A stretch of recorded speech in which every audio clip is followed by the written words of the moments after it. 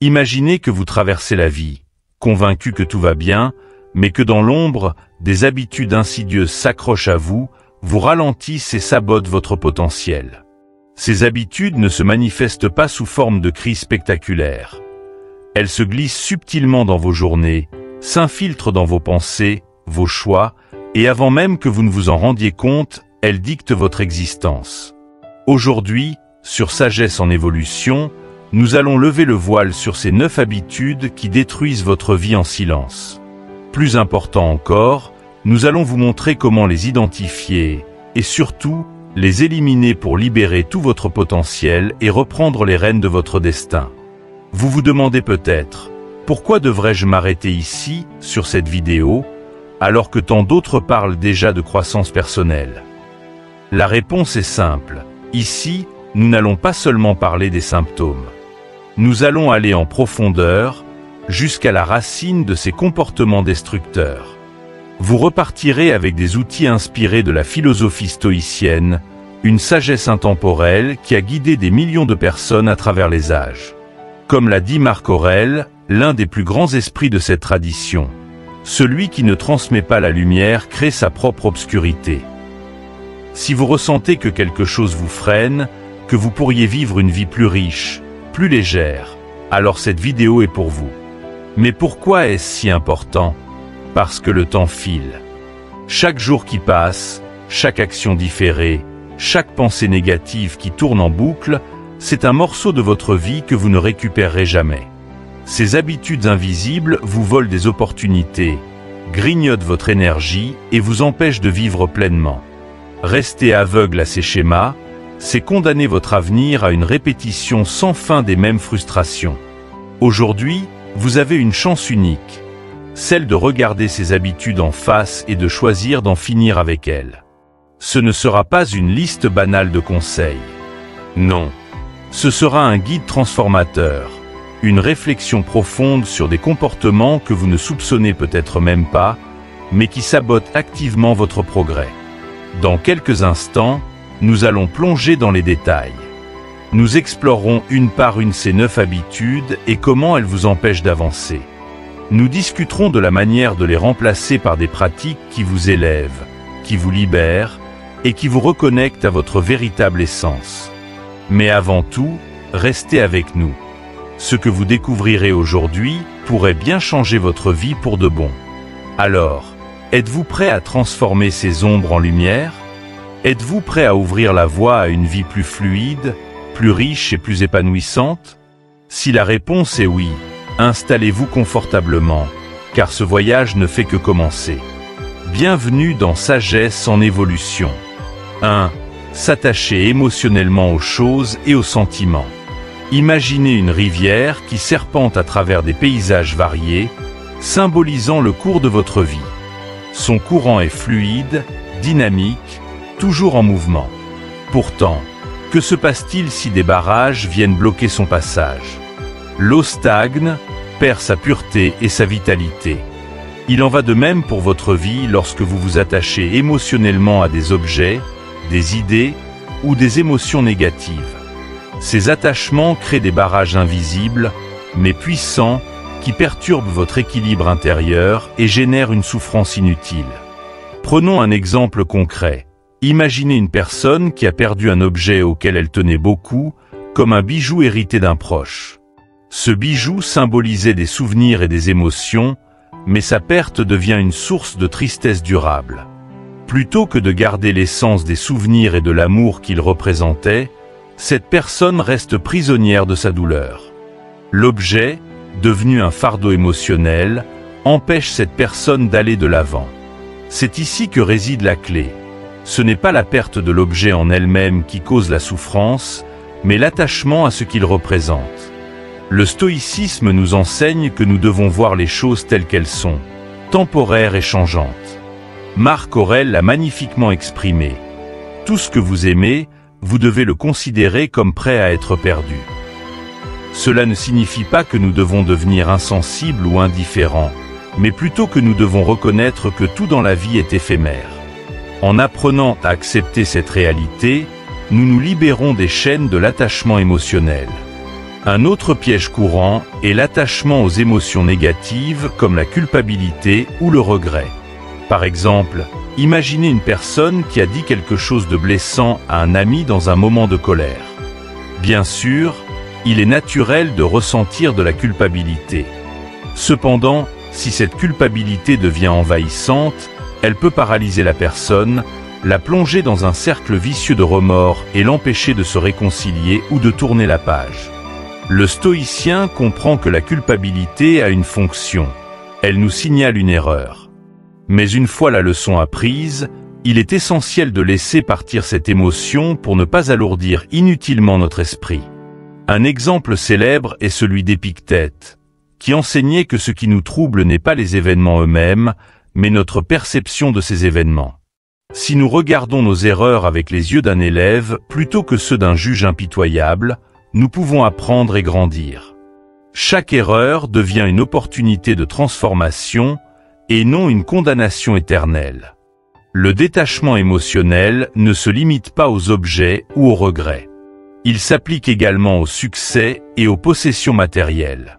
Trop souvent, nous nous identifions à ce que nous possédons ou à ce que nous avons accompli, au point que ces choses définissent notre valeur personnelle. Imaginez quelqu'un qui a bâti sa carrière avec succès, mais qui perd tout du jour au lendemain.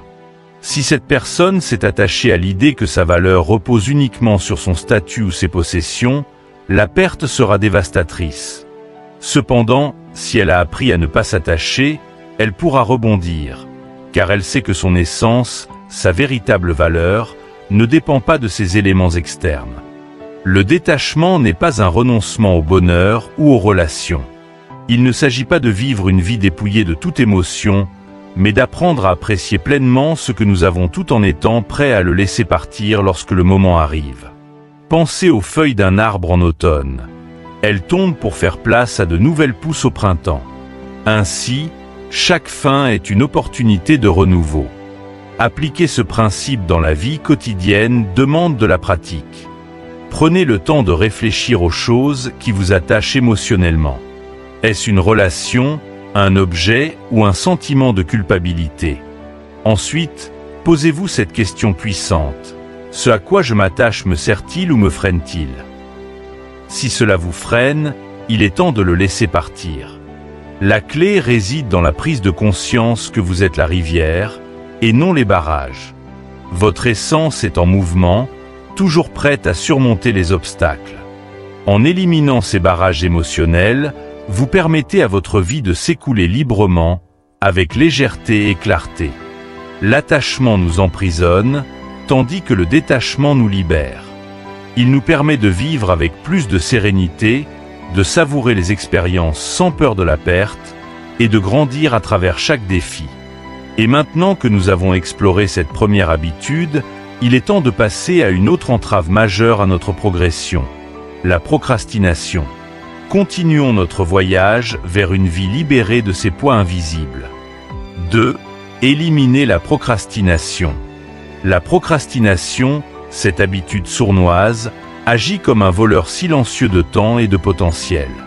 C'est une bataille intérieure entre le devoir et la distraction, entre le désir d'accomplir quelque chose et l'envie irrésistible de tout remettre à demain. Pourtant, chaque fois que nous repoussons une tâche, nous ajoutons un poids invisible à nos épaules, alimentant un cycle de frustration et de culpabilité. La procrastination n'est pas seulement une perte de temps, elle est aussi une entrave à la paix intérieure. Prenons un exemple simple. Imaginez un étudiant qui doit rédiger un essai. Il connaît la date limite, il sait qu'il doit s'y atteler, mais il choisit de regarder une série ou de scroller sur son téléphone. Jour après jour, la tâche reste inachevée et une angoisse silencieuse s'installe.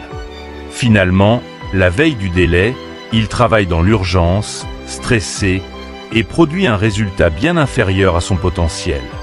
Cette situation n'est pas rare. Elle reflète comment la procrastination nous piège dans un cycle de stress et de regret. Le stoïcisme offre une approche pragmatique pour briser ce cycle.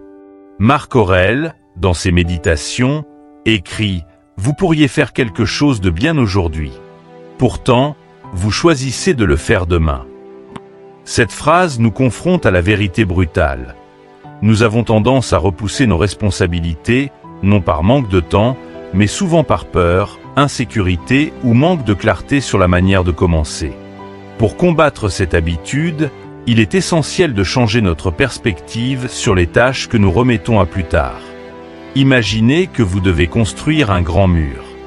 Regarder l'ampleur du travail à accomplir peut être décourageant, mais si vous vous concentrez uniquement sur la pose d'une brique à la fois, sans penser à la taille du mur final, tout devient plus gérable. C'est exactement ce que le stoïcisme enseigne. Diviser les grands défis en petites actions réalisables.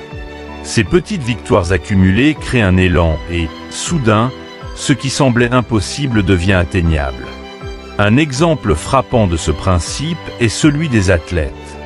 Imaginez un marathonien qui se concentre uniquement sur la ligne d'arrivée dès le début de la course. La distance peut sembler insurmontable. Mais s'il se concentre sur chaque pas, sur chaque foulée, il finit par atteindre son objectif. C'est le même principe que nous devons appliquer à nos tâches quotidiennes. Faire le premier pas, même s'il est petit, crée une dynamique. La procrastination est également liée à une illusion de perfection. Nous attendons souvent le bon moment ou un état idéal pour commencer une tâche. Mais voici la vérité, ce moment parfait n'existe pas. Les conditions idéales sont une excuse déguisée pour éviter l'action. Si vous attendez que tout soit aligné, vous risquez de rester dans l'inaction toute votre vie. Au lieu de cela, adoptez une approche stoïcienne. Commencez avec ce que vous avez, là où vous êtes. Faites ce qui est nécessaire, puis ce qui est possible, et vous serez surpris de voir ce que vous accomplirez. La peur de l'échec est un autre moteur de la procrastination. Nous craignons de ne pas être à la hauteur ou que nos efforts soient inutiles. Pourtant, comme l'a enseigné Épictète, ce qui importe, ce n'est pas le résultat, mais l'effort que nous y consacrons. Laissez aller cette peur irrationnelle de mal faire, car chaque tentative, même imparfaite, vous rapproche de la maîtrise et de l'excellence. Un exercice concret pour lutter contre la procrastination consiste à créer une liste des premières briques. Identifiez une tâche que vous repoussez. Ensuite, divisez-la en étapes minuscules, si petites qu'elles semblent presque ridicules. Par exemple, si vous devez écrire un rapport, commencez simplement par ouvrir un document et écrire le titre. Cette première action, aussi insignifiante qu'elle puisse paraître, agit comme un levier pour amorcer le reste du travail. Une fois lancé, vous serez souvent étonné de la fluidité avec laquelle les choses progressent. Enfin, rappelez-vous que chaque moment est une opportunité unique qui ne reviendra jamais. Imaginez le temps comme une rivière qui coule sans arrêt. Chaque minute gaspillée est une goutte perdue, emportée pour toujours. Si vous vous trouvez souvent en train de dire « je commencerai demain », arrêtez-vous et réfléchissez. Combien de « demain » avez-vous déjà perdu? Et si aujourd'hui était votre dernière chance de faire avancer ce projet ou d'atteindre ce rêve? Pour conclure, la procrastination est une illusion de confort à court terme qui crée un mal-être à long terme. Elle vole non seulement votre temps, mais aussi votre paix intérieure et votre potentiel. Briser ce cycle demande de la discipline, mais chaque pas que vous faites pour affronter vos responsabilités vous libère un peu plus. Maintenant que nous avons exploré comment la procrastination nous freine et comment nous pouvons la surmonter, il est temps d'examiner une autre habitude qui nous enchaîne, être esclave de notre esprit. Continuons ensemble ce voyage vers une vie libérée et épanouissante. 3. Se libérer de l'esclavage mental. La liberté est une aspiration universelle. Nous voulons tous nous sentir maîtres de nos vies, libérés des pressions externes et des contraintes internes. Mais, paradoxalement, beaucoup d'entre nous vivent prisonniers de leurs propres pensées, désirs et peurs. Ces chaînes ne sont pas visibles comme celles d'un esclave physique, mais elles n'en sont pas moins réelles. Elles prennent la forme d'obsessions pour des possessions matérielles, d'angoisse face à l'avenir, ou de la quête insatiable d'approbation et de reconnaissance. Imaginez une personne qui court sans relâche après l'ambition de gravir les échelons professionnels. Elle pense qu'un salaire plus élevé ou un titre prestigieux la rendra enfin heureuse. Mais chaque étape franchie ne fait que renforcer son désir d'en accomplir davantage, comme une soif qui ne peut jamais être étanchée. Cette personne n'est pas libre. Elle est esclave de son ambition, toujours insatisfaite, toujours en quête de plus, au détriment de sa paix intérieure. L'esclavage mental prend aussi la forme de la peur. Imaginez quelqu'un qui refuse de prendre des risques, qui évite les défis par crainte de l'échec ou du jugement des autres. Cette peur agit comme une cage, empêchant la personne d'explorer son potentiel et de vivre pleinement. Chaque « et si » devient une barrière invisible mais puissante. Comme l'a dit Sénèque, nous souffrons plus dans notre imagination que dans la réalité. Combien de fois vos propres pensées vous ont-elles empêché d'agir ? Simplement parce que vous avez imaginé un scénario catastrophe qui, souvent, ne se réalise jamais. Alors, comment se libérer de cet esclavage mental ? Le stoïcisme offre une réponse simple mais puissante, la maîtrise de soi. Comme l'a enseigné Épictète, aucun homme n'est libre s'il n'est maître de lui-même.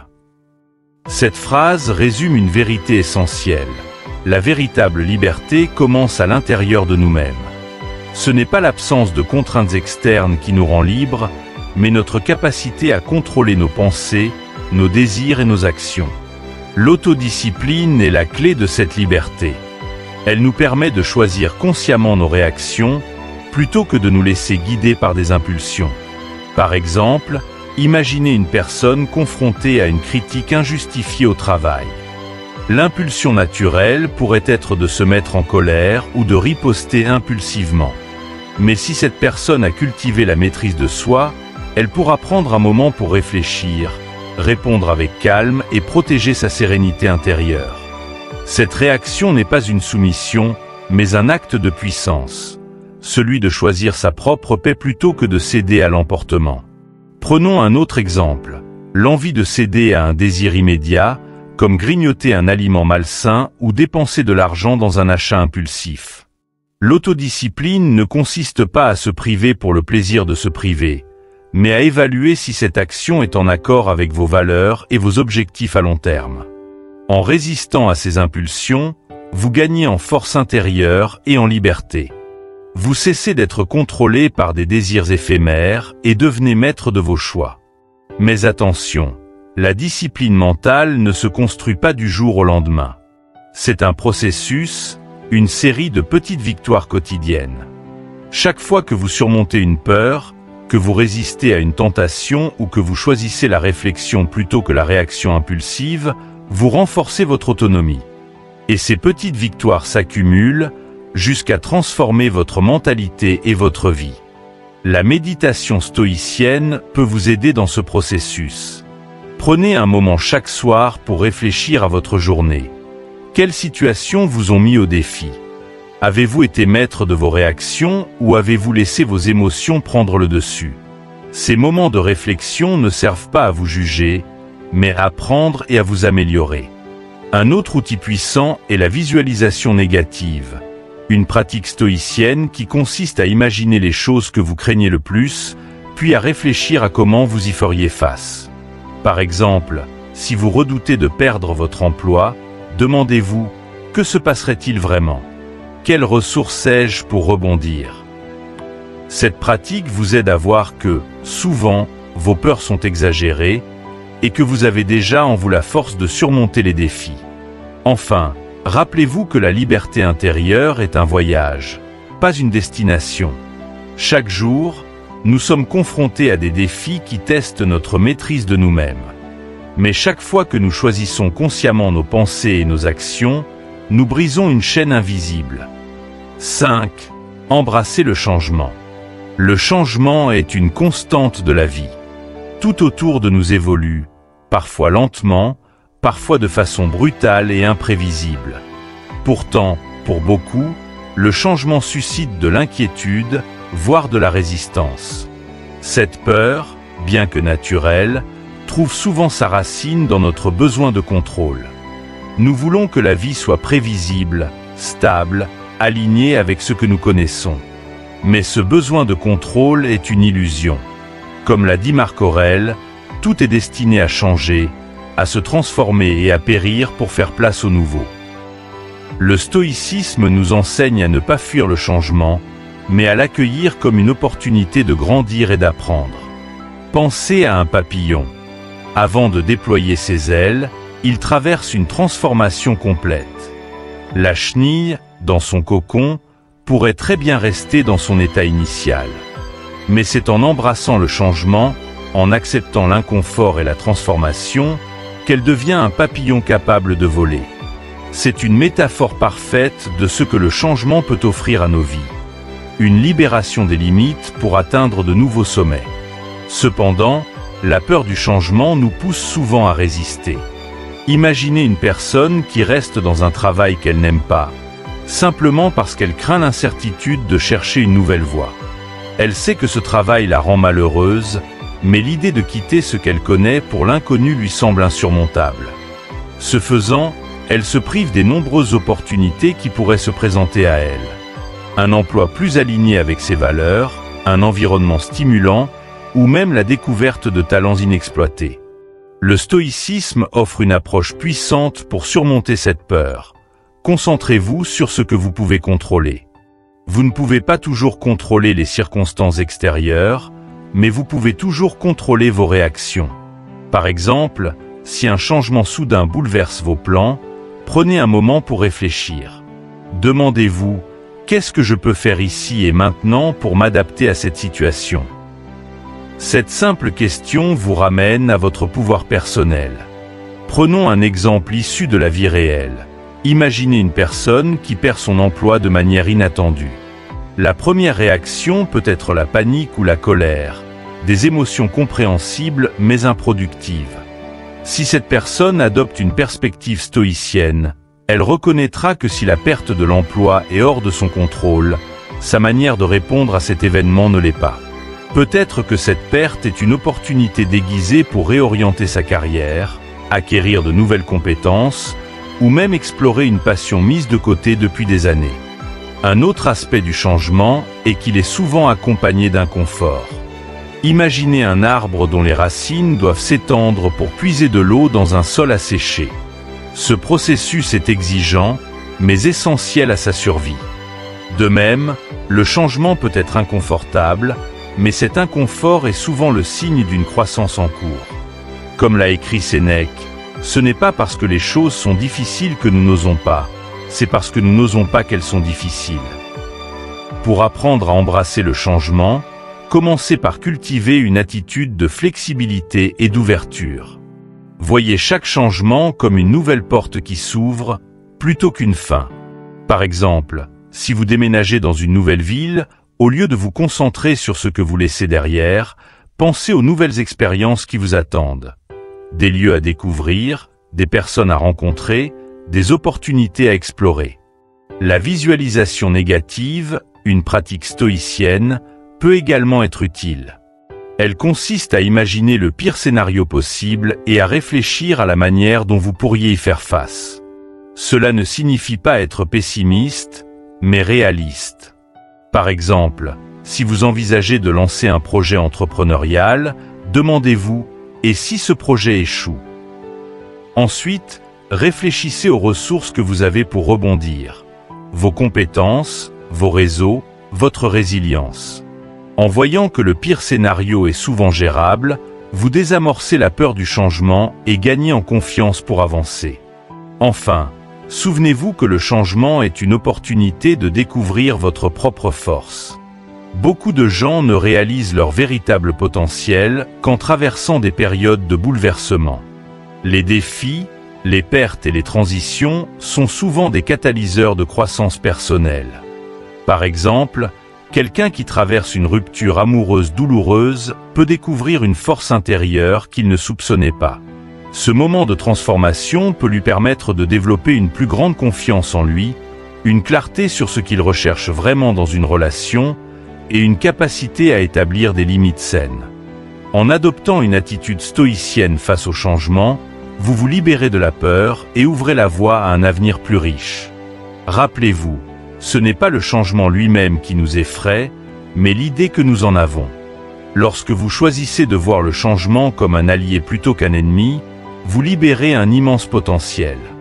Et maintenant que nous avons exploré comment embrasser le changement peut transformer votre vie, il est temps de parler d'une autre habitude qui limite notre épanouissement, l'omission ou le choix de ne rien faire face à l'injustice.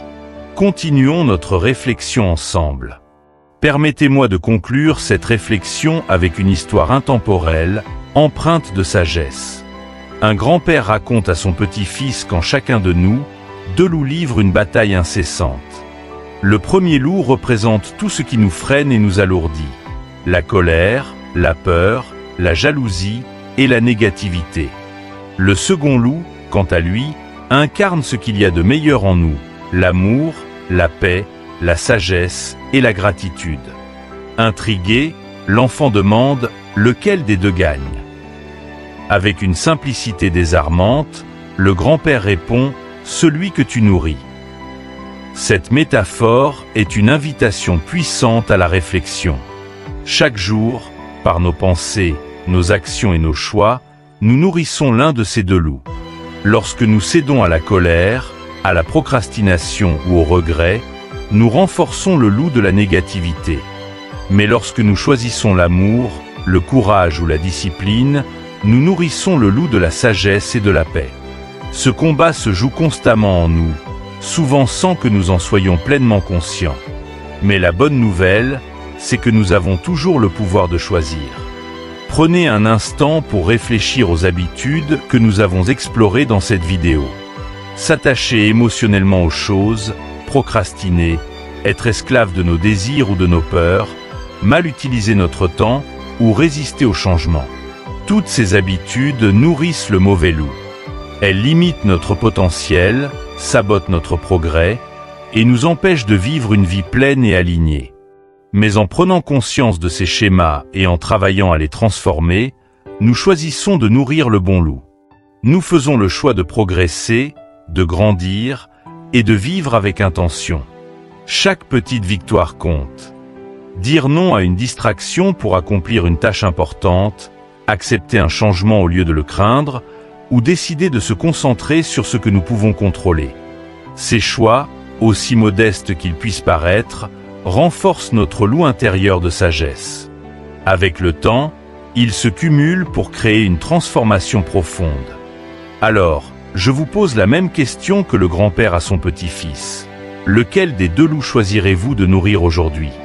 La réponse est entre vos mains. Chacun de vos choix, si petit soit-il, est une occasion de construire une vie plus riche, plus libre et plus alignée avec vos valeurs. Merci d'avoir pris le temps de suivre cette vidéo jusqu'à la fin.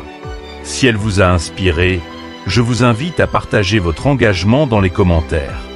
Quelles habitudes êtes-vous prêt à éliminer dès aujourd'hui? Quelle transformation souhaitez-vous voir dans votre vie? Partagez vos réponses et inspirez d'autres membres de cette communauté à faire de même. Si vous avez trouvé cette vidéo utile, montrez votre soutien en cliquant sur j'aime. Partagez-la avec vos amis ou vos proches qui pourraient bénéficier de cette réflexion. Et surtout, abonnez-vous à Sagesse en Évolution et activez la cloche de notification pour ne pas manquer nos prochaines vidéos. Ensemble, continuons à explorer la sagesse qui transforme nos vies et à nourrir le bon loup qui sommeille en chacun de nous. À très bientôt!